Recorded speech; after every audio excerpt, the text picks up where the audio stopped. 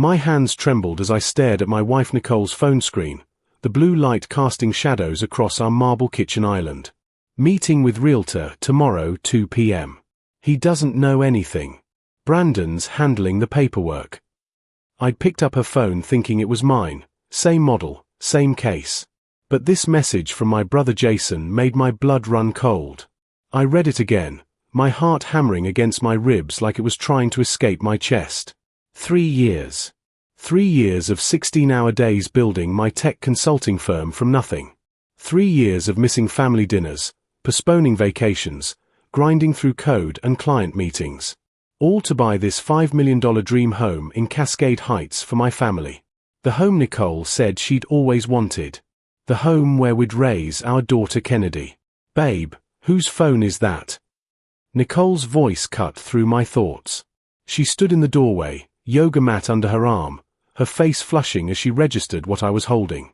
Yours, I said quietly, my voice unnaturally calm.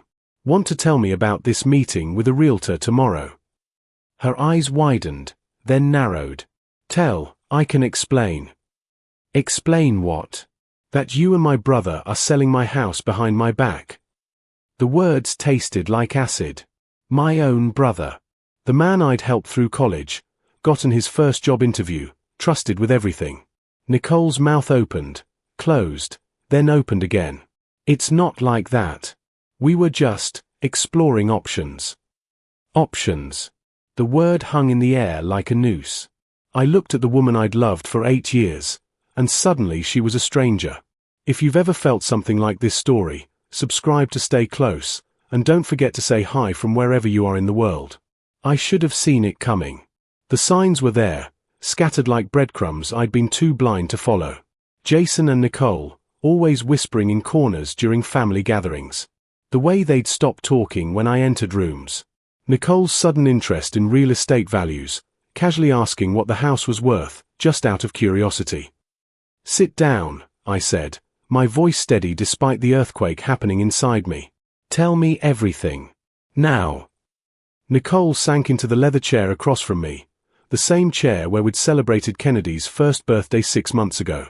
Jason said, he said you were being selfish. Keeping all this wealth locked up in a house when the family needs help. My laugh was sharp, humorless. The family? What family? Your mom's medical bills. Tell. Your sister Jasmine's student loans. Jason's business that's struggling. She was crying now, but I felt nothing. No sympathy, no guilt. Just a cold, clarifying rage. Medical bills I've been paying for 2 years, I said slowly. Student loans I co-signed on. And Jason's business. I made air quotes with my fingers. You mean the sports bar where he watches games all day? He's trying to steal my house. The words exploded out of me. I stood up, pacing the kitchen I'd custom designed, running my hands over the quartz countertops I'd personally selected. This house is in my name only. How exactly were you planning to sell it? Nicole's silence was deafening. Then she whispered, there's paperwork. Jason knows someone who can forge. Forge? My vision actually blurred. You're talking about fraud. Federal crime fraud. I didn't sleep that night. How could I? While Nicole sobbed in the guest room, I'd locked our bedroom door. I sat in my home office, my sanctuary, and started digging. If you know anything about tech, you know we don't delete anything. Everything leaves a trail. Nicole's cloud backup was still synced to our home network. I pulled up months of text messages between her and Jason. My coffee went cold as I read, each message a fresh betrayal. Jason, 3 months ago, T doesn't appreciate what he has. Always working, never present. You deserve better. Nicole, I don't know. It feels wrong. Jason, what's wrong is him hoarding millions while mom suffers. Hoarding millions. I'd paid $147,000 in medical bills for my mother this year alone. I had the bank statements to prove it. Nicole, 2 months ago, what if we get caught? Jason, we won't. My lawyer friend Brandon says we can create a power of attorney. T signs stuff all the time without reading it. We slip it in with other documents. My hands clenched into fists. Brandon Morrison, Jason's college roommate. The same Brandon who'd asked me to review some investment documents last month. Papers I'd signed while on a conference call, trusting my own brother. Jason, 1 month ago, once we sell, we split it 50/50ths. You can finally leave him. Start fresh.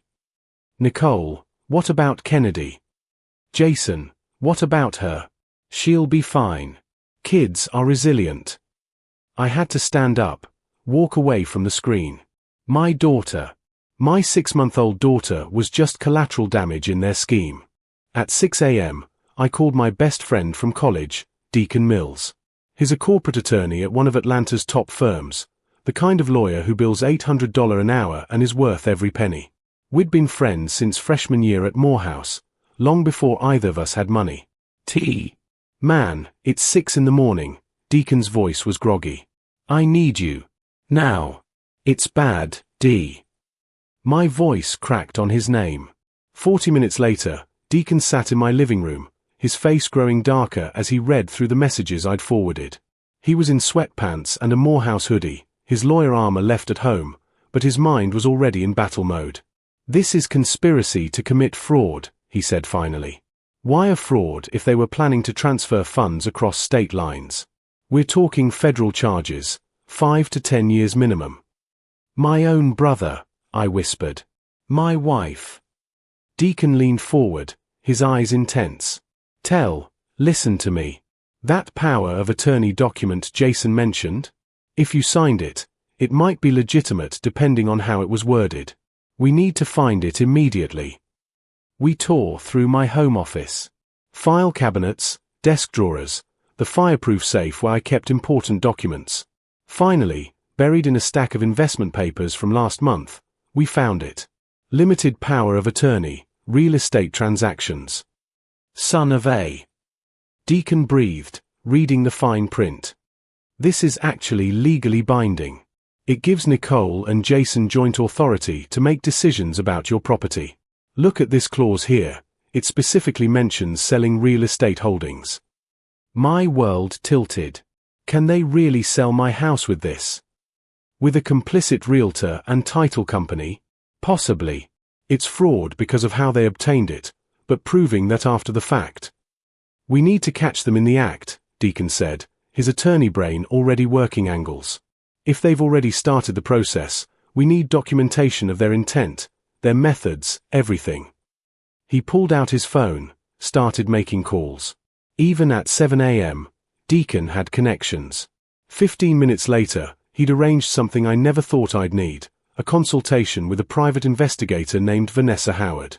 Vanessa arrived at 8:30 a.m., a sharp-eyed woman in her 40s with a leather portfolio and an air of quiet competence. Show me everything, she said without preamble. We laid it all out. The messages, the forged power of attorney, the meeting scheduled for 2 p.m. today with the realtor. Vanessa took notes, her pen flying across paper. Here's what's going to happen, she said finally. They think they're meeting at a realtor's office. But we're going to make sure there are witnesses. A lot of witnesses. She made a call, spoke in rapid-fire Cantonese, then switched to English.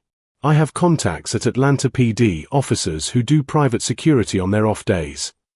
You want to bring in police? I asked. Off-duty, acting as security consultants, Vanessa clarified. Completely legal. They witness the fraud attempt, then if needed, their testimony carries weight. Plus, most people think twice about following through with crimes when they see uniforms. Deacon grinned, the expression predatory. I love it. We set up a sting operation. Let them think everything's going according to plan, then drop the hammer. My phone buzzed. Nicole, where are you? We need to talk about last night. I showed them the message. Vanessa nodded. Perfect. Play along. Act like you're considering her side. I found Nicole in the kitchen, making coffee like it was any other morning. Like she hadn't just revealed a plan to commit federal fraud. The normalcy of it made my skin crawl. Morning, I said carefully. My acting skills were being tested in ways I'd never imagined. Tell. She turned, her eyes red from crying. I'm so sorry. I got caught up in Jason's thinking, and she stopped, reading something in my face. You're still angry. Of course I'm angry, Nicole. But I'm also trying to understand. The lies came easier than I expected. Maybe that should have worried me. Tell me why. Really why? She sat down, wrapping her hands around her coffee mug. You're never here, T. This house, it's beautiful, but it's empty. You work 80-hour weeks.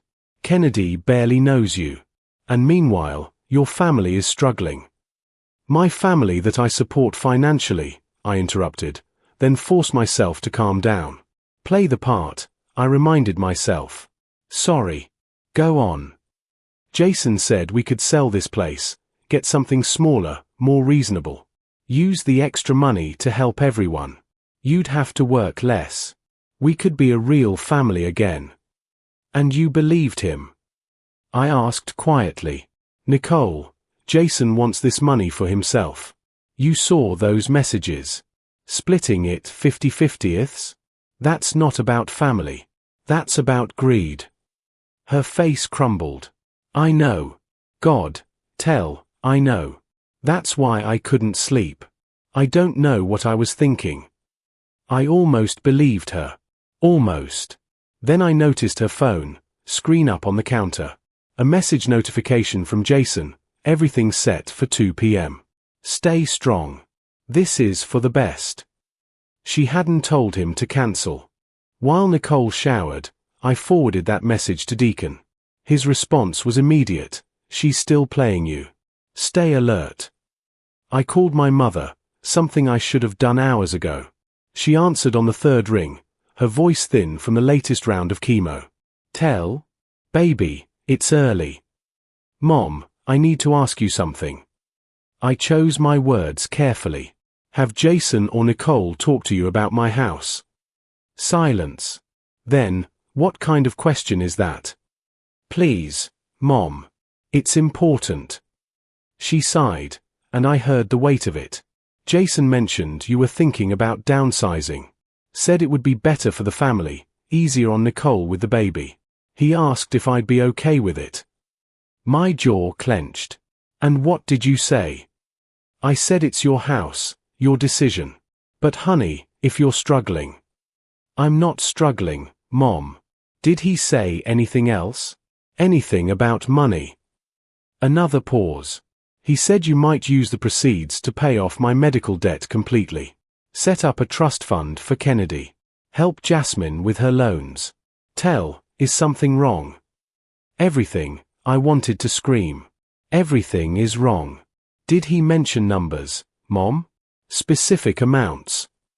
He said after the sale, there'd be about 2 million in liquid assets. Enough to change all our lives.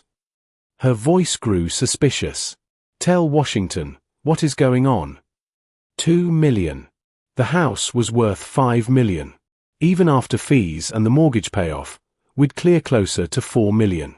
Jason was already planning to pocket half and hide the rest. I'll explain later, Mom. I promise. But I need you to do something for me.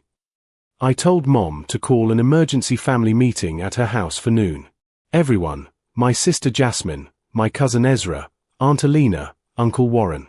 Everyone except Jason and Nicole. Mom didn't ask questions. She heard the tone in my voice and knew. By 11:45, I was sitting in Mom's living room, surrounded by confused family members. Jasmine, my 23-year-old sister, bounced Kennedy on her knee while eyeing me with concern. You look terrible. What's this about? I didn't waste time with pleasantries. I pulled up the text messages on my tablet and passed it around. Watched their faces change as they read.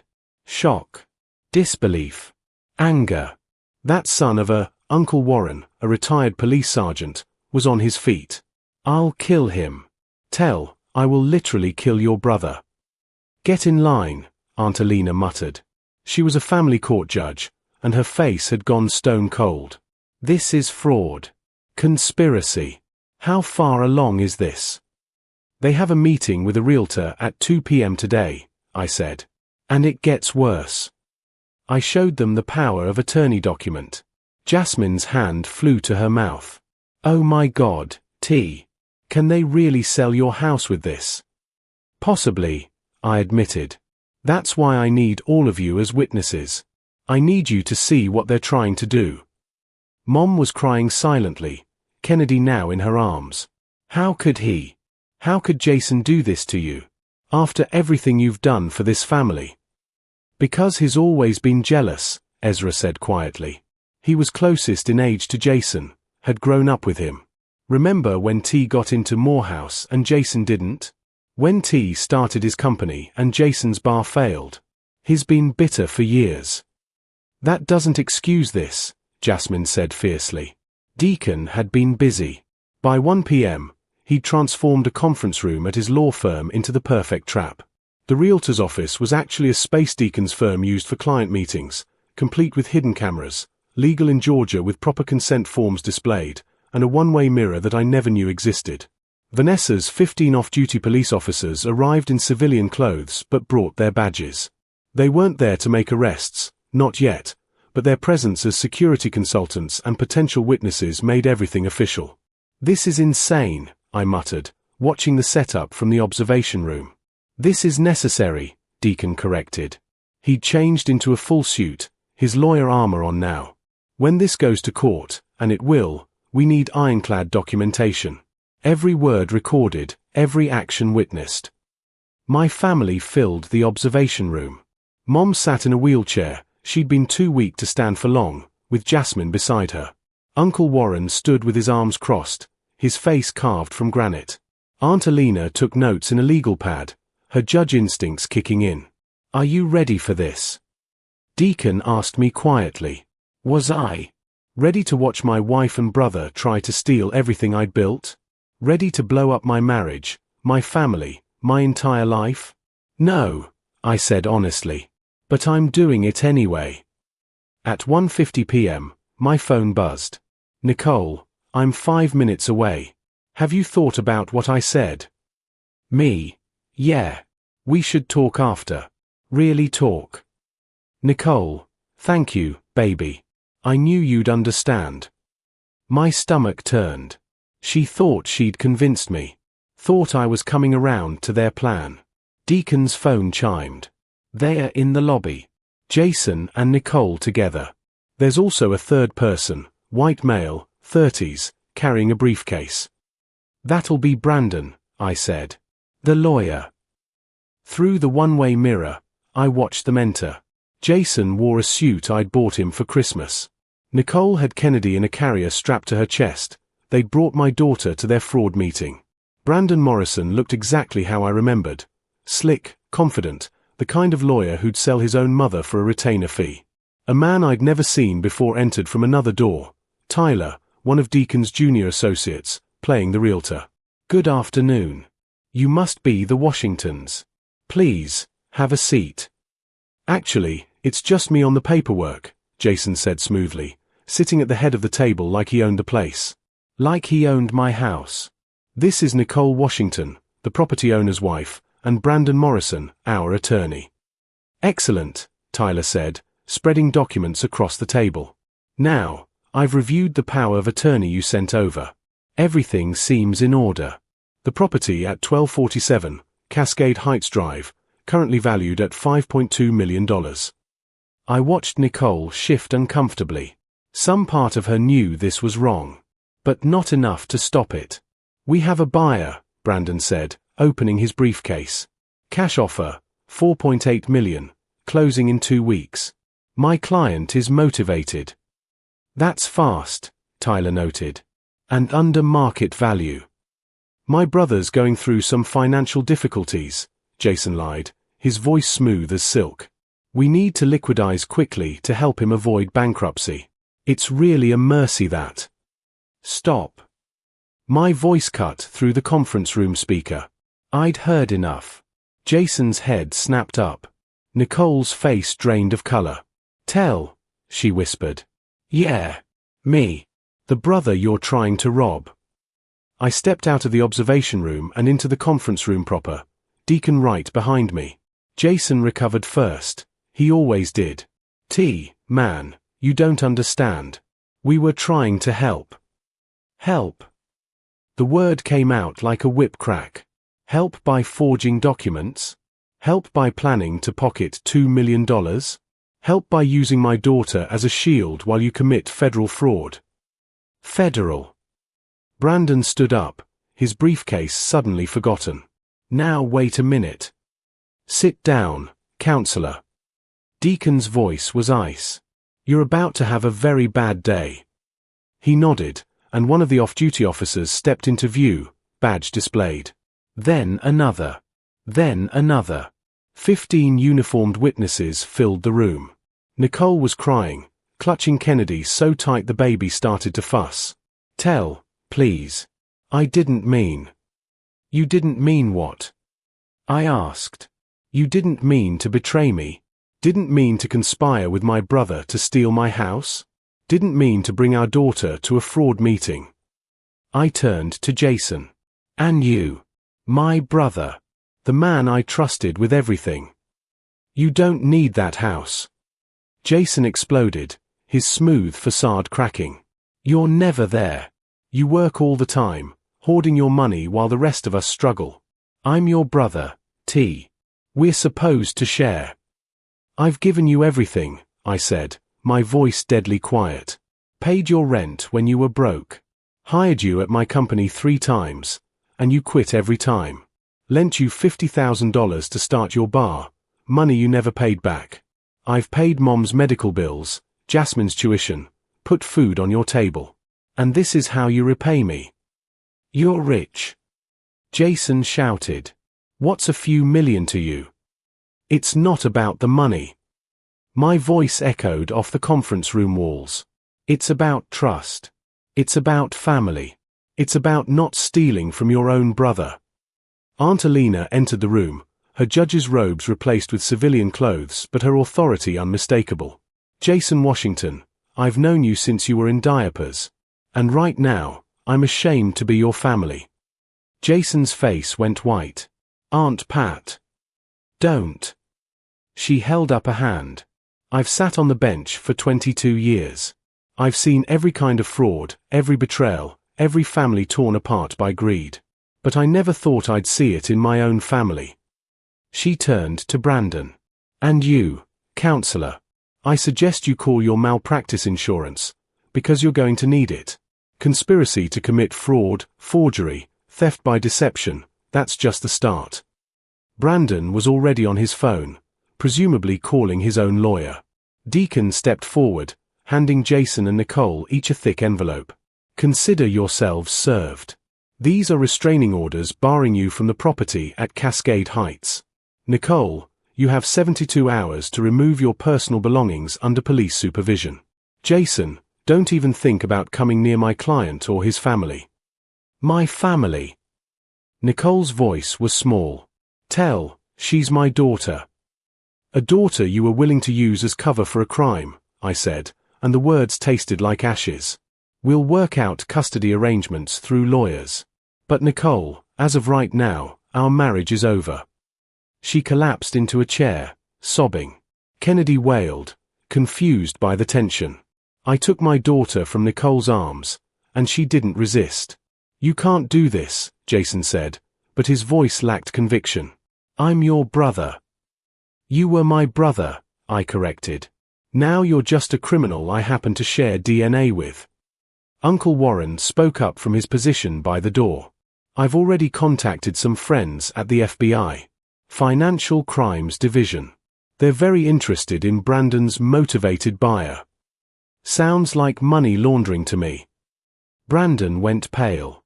The buyer had probably been fictional, a way to create paperwork for stealing my money. But if the FBI started digging. 3 months later, I sat in my home office, still my home, my sanctuary, my victory. The criminal cases were winding through the system. Jason had taken a plea deal, 3 years probation, full restitution of legal fees, permanent restraining order. Nicole was facing fraud charges but would probably get a suspended sentence since she'd cooperated with investigators. Brandon Morrison lost his law license and was facing disbarment hearings. My phone rang. Deacon. Turn on the news. Channel 5. I did. The headline made me smile. Local tech CEO establishes $2 million family trust fund for medical support. Yes, I'd done exactly what Jason lied about wanting to do. Created a trust fund that paid for Mom's medical care, Jasmine's education, even helped other family members with genuine needs. But with oversight, accountability, legal structure. The right way. Kennedy giggled from her playpen, reaching for me. I picked her up, held her close. Hey, baby girl. You and me, we're going to be okay. My doorbell rang. Mom, using her walker now, the new treatment was working, with Jasmine behind her, carrying groceries. Somebody ordered family dinner. Jasmine called out. As we cooked together, laughed together, lived together in the home I'd built, I realized something profound.